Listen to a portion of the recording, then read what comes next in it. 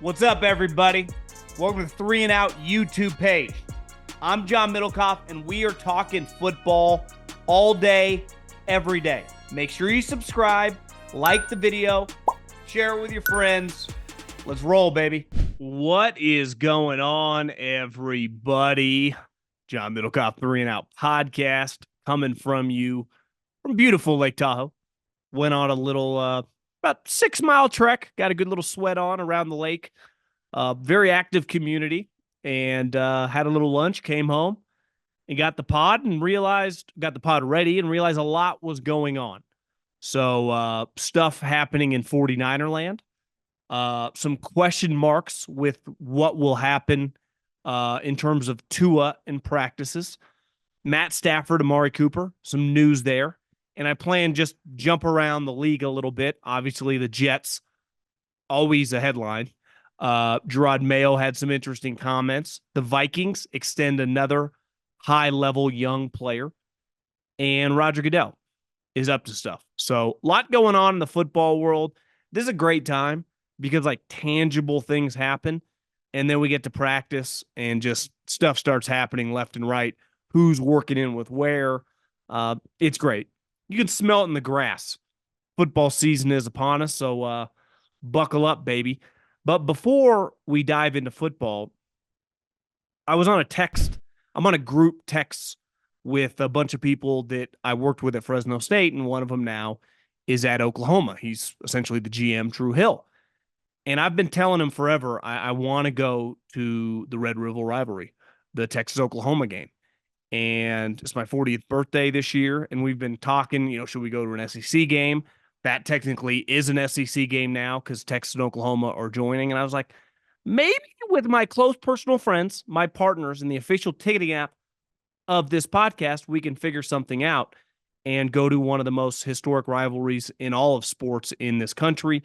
And anyone who wants to attend any game, college, pro, concerts, you want to go to a concert, get outside, have a little fun, have a few pops, enjoy some live music, comedy shows. Comedy feels like it's hot right now. We got a lot of young comedians. Just use, my friends, take the guesswork out of buying tickets with Gametime. Download the Gametime app, create an account, and use the code JOHN for $20 off your first purchase. Terms apply. Again, create an account and redeem the code JOHN for $20 off. Download the Gametime app today. Last minute tickets, lowest prices guaranteed. I got home and I watched the press conference of John Lynch and Kyle Shanahan. And anyone that saw Kyle today saw that he shaved off his mustache. I tried to trim up and do a mustache, but my mustache just does not come in full. And as Kyle said, the thing when you become a mustache guy, it just brings you respect because someone has to have an opinion whether they like it or they don't. And they look at you weird, but it creates emotion with people when they see you. I tried to pull it off, could not. But the big news out of 49er land today is that Brandon Aiyuk is attending training camp. Now, they've had this happen before with Deebo Samuel. He did not practice.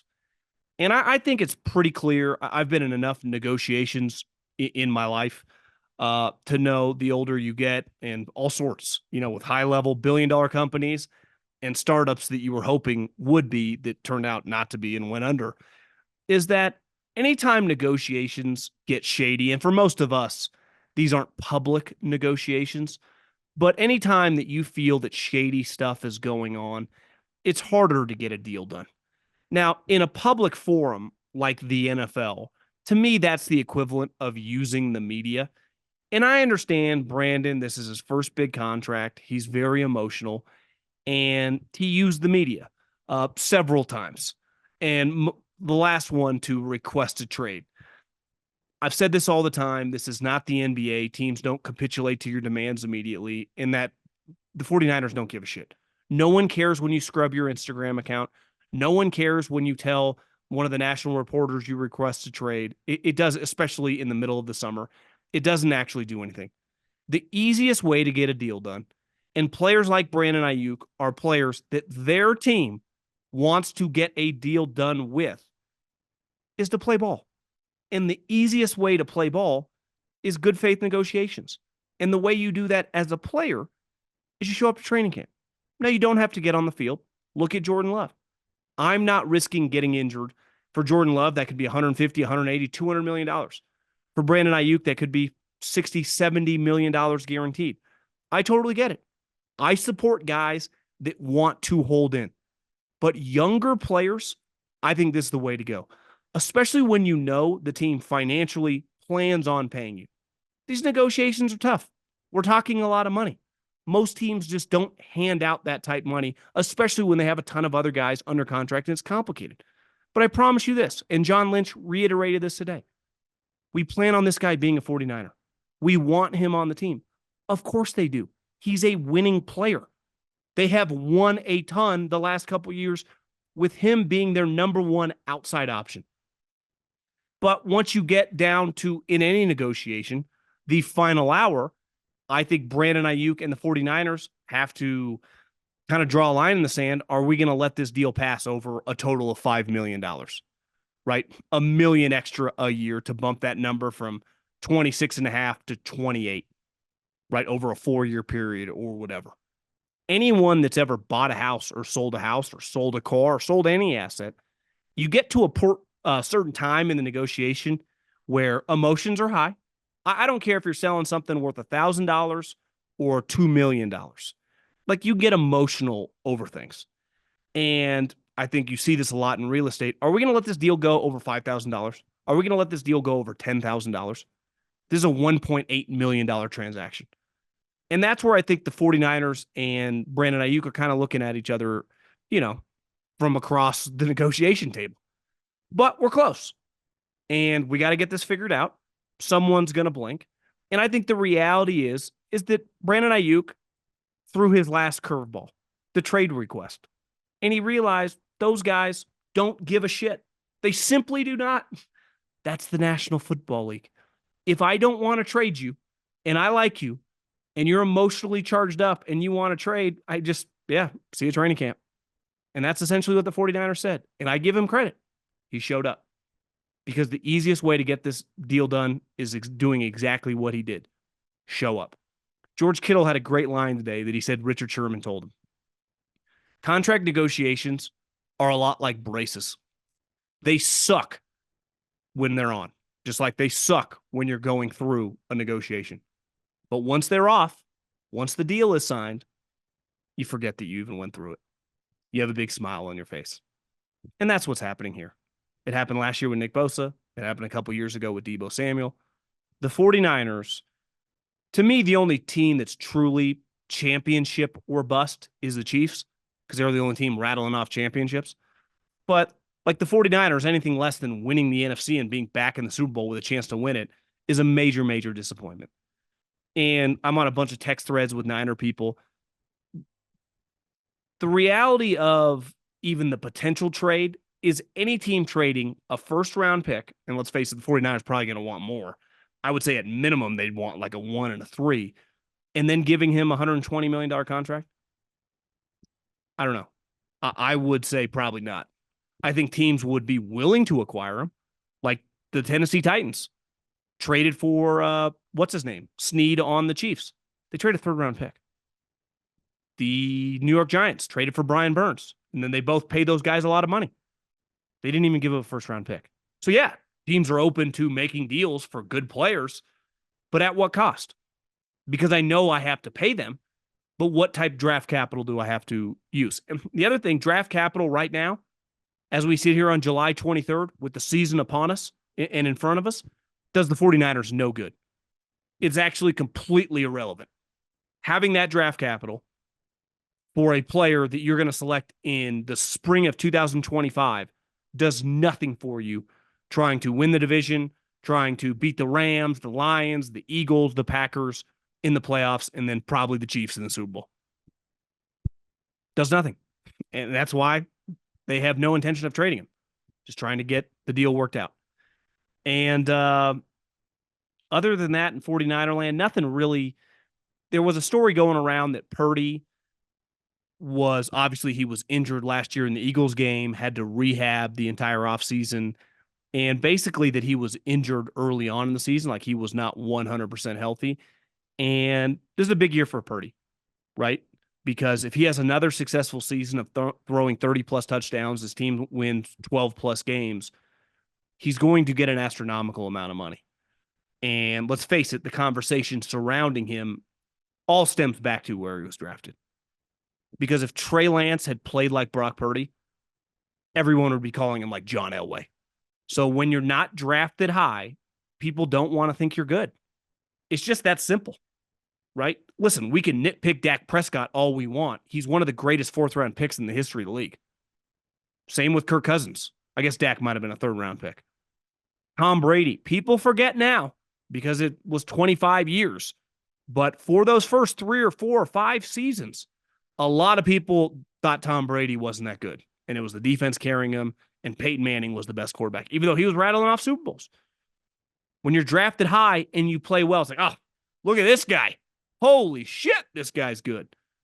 That's just not what happens when you're drafted late, because fans, media, people within the league have a hard time going, yeah, I didn't see this coming either, which no one did, and that's okay. He's good. Forget what the calendar says. Football season is right around the corner, and that means Best Ball Week at DraftKings isn't far behind. Here's what you need to know. DraftKings Best Ball Millionaire Contest is their biggest fantasy contest ever. We're talking 15 million guaranteed prize pool with 2. That's right, 2 millionaires being crowned for the first and second place. If you're a set it and forget it type, I know I am, then Best Ball is for you. No waiver wires, no roster management, bigger rosters, so injuries will not ruin your season. Only the draft, and that's it. You're set for the year. Some of you might have heard I won $18,000 a couple weeks ago at the U.S. Open. It's an incredible high. But $15 million in prize pool, how do you beat that? Multiple millionaires crowned with winning this. I can't even imagine the high being in the mix. And like they said, no roster management, injuries won't impact you because you got bigger rosters. Still not convinced? Check this out. This year, DraftKings is offering everyone a draft one, get one special. Your $20 entry fee scores you a bonus ticket. Get ready for Best Ball Week at DraftKings. Download the DraftKings app and use the code JOHN. That's code JOHN for all customers who enter the NFL Best Ball 15 Millionaire Contest to get a bonus ticket. Only during Best Ball Week, only on DraftKings. I think one thing that's interesting, and we'll find out more in the next couple days with the Dolphins, is if Tua takes the tactic of not practicing, right? Like a lot of these other guys, right? I'm waiting to get my contract done. What if the Dolphins don't plan on throwing him the contract that he thinks he's going to get? I never understand this in the NBA. The majority of these contracts that you see signed over the last several years, $150 million, $180 million, $200 million. It's like you have no shot on God's green earth to win a championship paying that guy that money. You don't. And it's always, well, we got to do it. You got to do it. Well, yeah, you got to pay Steph Curry. You got to pay LeBron. You got to pay Giannis. You got to pay Jason Tatum. But, like, do you got to pay Bradley Beal? Do you got to do that? I see all these teams around the league paying all these young players. The Raptors, I saw yesterday, the Cavs played Evan Mobley $250 million. Like, yeah, that's pretty risky. And in the NFL, it's always like, well, the next quarterback, he's going to get more money. Is he? Is he? Because if you sign Tua to he just gets $205 million guaranteed, I feel no sympathy for you when you have no chance to win a Super Bowl. None. Because right now you have no chance to win a Super Bowl. Absolutely none. It's not even debatable. The Dolphins cannot win a Super Bowl with Tua Tagovailoa as their quarterback. But they can be really competitive, and there's something to be said for that. Because for a lot of my life, that franchise, they've sucked. Why can't they just give them like $100 million? Why can't that exist? Be like, listen, we know we got no shot to take down guys like Josh Allen, Joe Burrow, Lamar Jackson, and obviously Patrick Mahomes. But this guy can keep us competitive in the regular season. When it gets late in the year, obviously we're going to come crashing down. But listen, we're going to win 10, 11 games and be relevant in the league. And there's something to be said for that. This is the business, and we're going to make money, and we're going to be a playoff team. Or at least be a competitive team every year with a chance to go to the playoffs. That's not $200 million, right? To me, that's like, couldn't you give him the Daniel Jones contract? Why can't you do that? Like, to me, that would be the offer. Hey, man, we'll give you like 3 years, $110 million. We'll guarantee 80 of it. Can't do that? Well, how about no money? How about we don't give you a contract extension? Who are we bidding against? Like, who are we bidding against? That's my question. That was the question with Daniel Jones last year. Who are you bidding against? That's what business is. Like the Minnesota Vikings just paid their star tackle a ton of money, $113 million. They gave him 77 guaranteed. He got a ton. He's a high-end player. If that guy hit free agency, and he's still got a couple years on his contract, he would get so much money, it would feel like another quarterback. He would probably eclipse like Nick Bosa because high-end left tackles never make it. They know his value. It's really freaking high. Is Tua's value that high? It obviously isn't nothing. He's a starting quarterback who can produce in the NFL. So immediately there's a minimum value on that. But what is it? A couple years ago, Derek Carr signed that deal with the New Orleans Saints. Why couldn't the Dolphins offer him that? Plus a couple year inflation or whatever. Why does it always have to be, this next deal is going to be $210 million? Why does it have to be that? When you know I can't beat the top 5 guys in my conference. No freaking shot. I don't get it. I really don't. Sweating here because it's hot upstairs. And I will stand by that forever. I don't get in the NBA, but not shocked. And it's why the majority of NBA teams don't have a snowball shot in hell to get past like the first round in the playoffs for their entire franchise history. Like you're just always irrelevant, right? But your payroll is really high and your expenses are high. And it's like, good luck, buddy. Like when you give these huge contracts to quarterbacks that don't deserve it and then you lose, no one should ever have sympathy for you. Doesn't mean the guy shouldn't get any money. Doesn't mean you shouldn't give him a contract extension if you feel comfortable with him as your quarterback. But like there's a difference between beachfront property and something in the valley, right? So if Mahomes and Josh Allen and Lamar are beachfront property, Tua ain't. So like I'm not paying the same price for a house 45 minutes inland. Sorry. Couple other guys that got contract changes to their contract, raises, Matt Stafford and Amari Cooper. And I think both these guys are good examples of, with the Rams and the Browns in 2024, anything less than being in the playoffs is a disaster. Anytime you have Sean McVay and Matt Stafford, who's healthy, you should win 10, 11 games. And then you're a threat immediately in the playoffs. The Cleveland Browns paid a quarterback $230 million. Any Browns fan listening, your roster is really good. Anything less than being back in the playoffs is a major, major problem. So Amari Cooper, very, very productive. It feels like Amari is one of those guys you're like, kind of underachiever. Like, would have expected more. And in a weird way, you kind of would have when he was drafted in those first couple years when he was on the Raiders. But Google Amari's stat sheet. He has been extremely productive in his career. Never going to go to the Hall of Fame or anything, but he's going to have a fantastic NFL career. And he's very, very important to them because, like I said, he produces. And Matt Stafford, as we've seen when he's not in, is the engine that drives McVay in that offense. So giving these guys raises, making them happy. Anytime you have super important employees, you want to take care of them. Now, we're not giving you a huge contract extension, but listen, we're heading into training camp. Your key pieces to what we're doing. We want to take care of you. And that's what we did. So you have an upcoming fantasy football draft? Well, then you need to check out the Fantasy Pros Draft Wizard. When you sync your fantasy football league with Draft Wizard, you'll get an instant report that shows you how the rest of your league drafts. You'll see who overdrafts rookies in early rounds, who's going to be the person to take that first QB off the board, and which manager is going to always reach for that hometown player every single time. And then you can take those patterns directly into the draft simulator and make your mock draft feel like the real thing. When your real draft comes around, you're going to be ready, and the draft assistant will be there for you to give you live pick-by-pick insights and expert recommendations of who to draft and when to draft them. You can see all of this and more at fantasypros.com/volume today. it's funny. I've seen a lot of takes with the Jets, and everything's like, oh, same old Jets. It's always something. This is not a new story.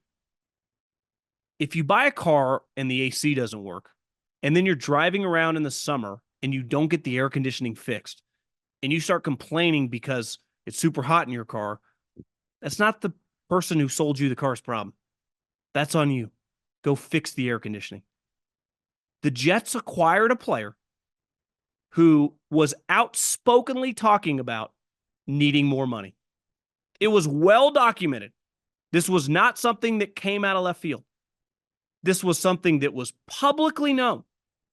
So even when people say how he fleeced him, like, how would Joe Douglas not know that the guy doesn't want a contract when literally NFL fans know because they just go on the internet and they see it out there in the open?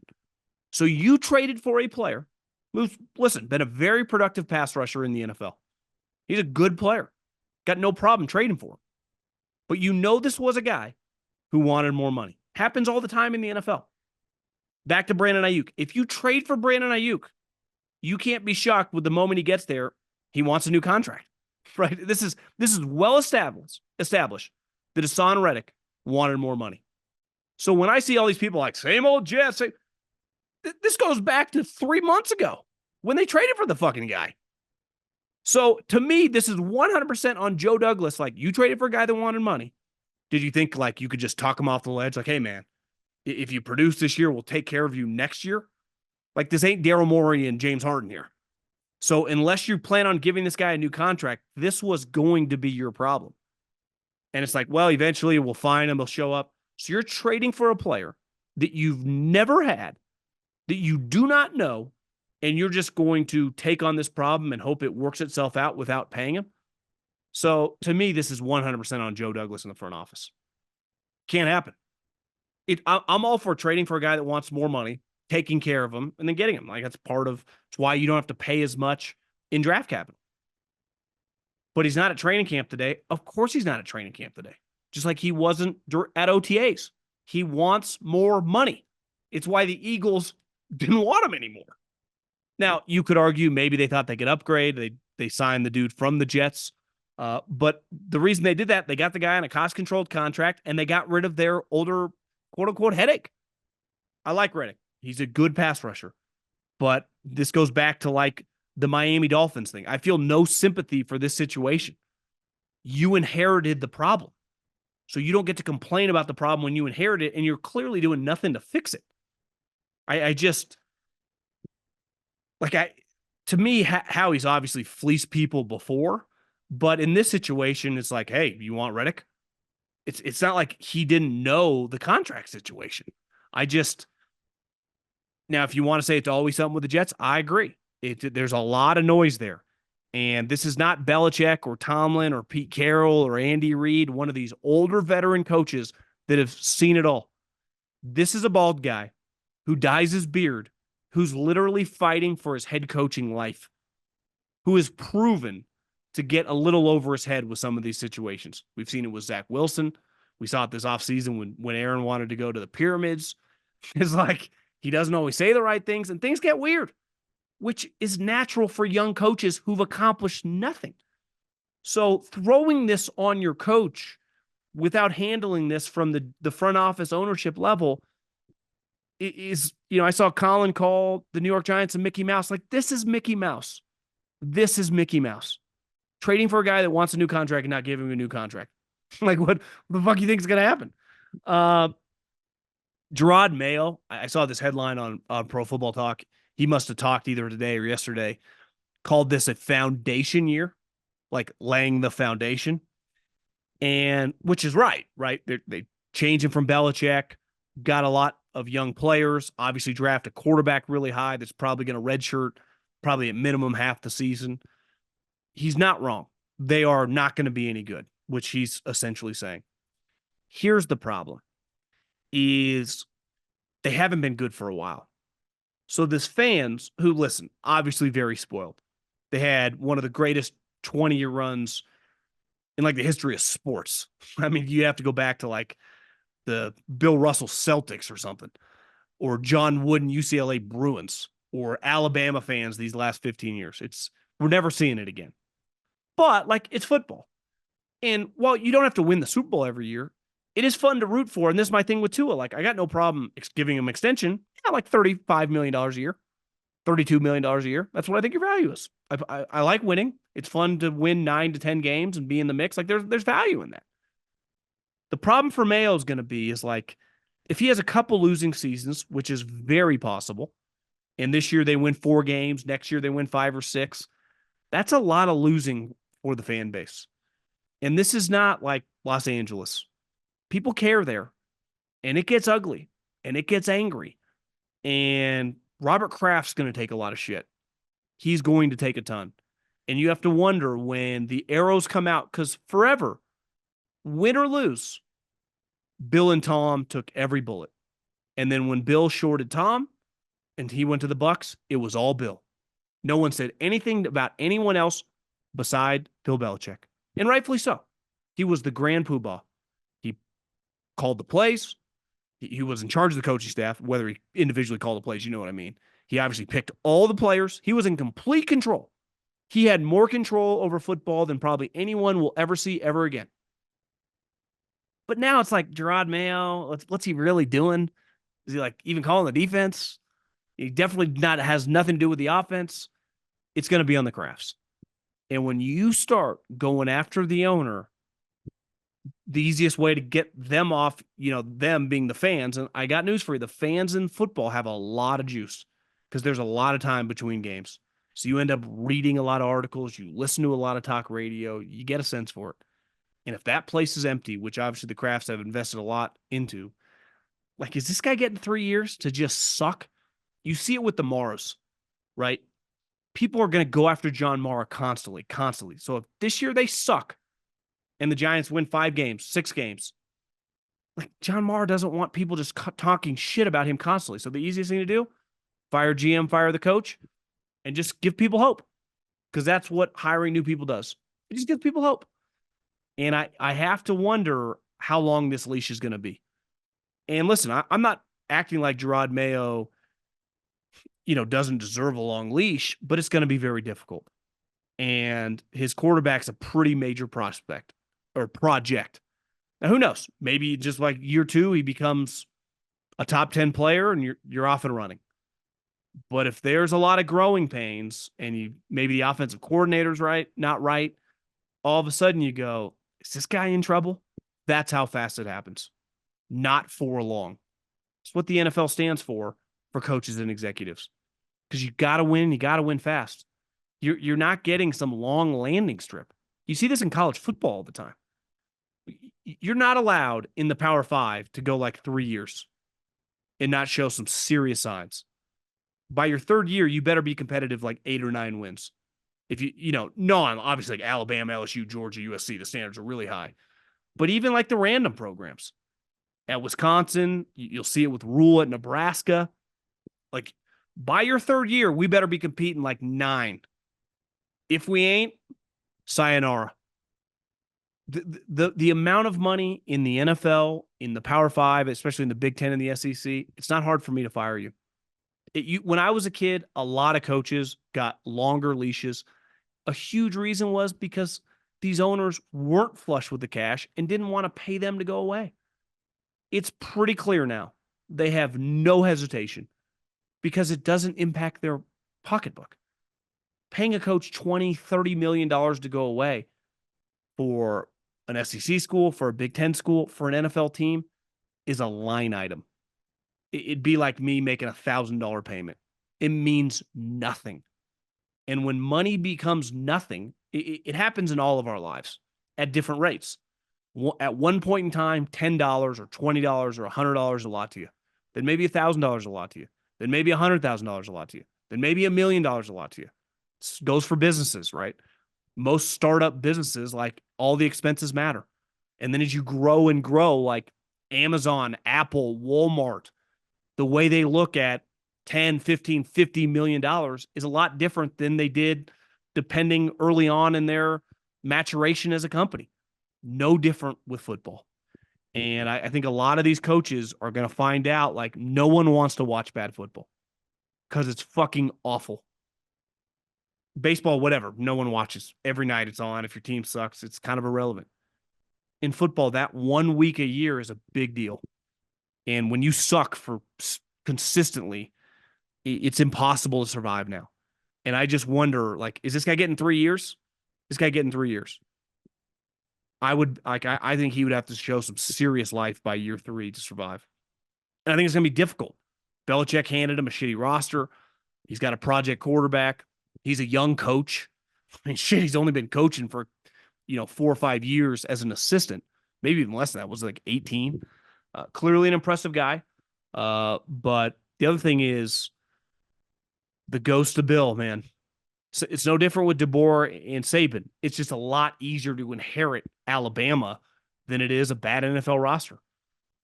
Last but not least, the 18-game schedule. The Washington Post reported that it's pretty clear. Like, why are we even doing these reports? Like, we don't need these reports. 18 games is coming.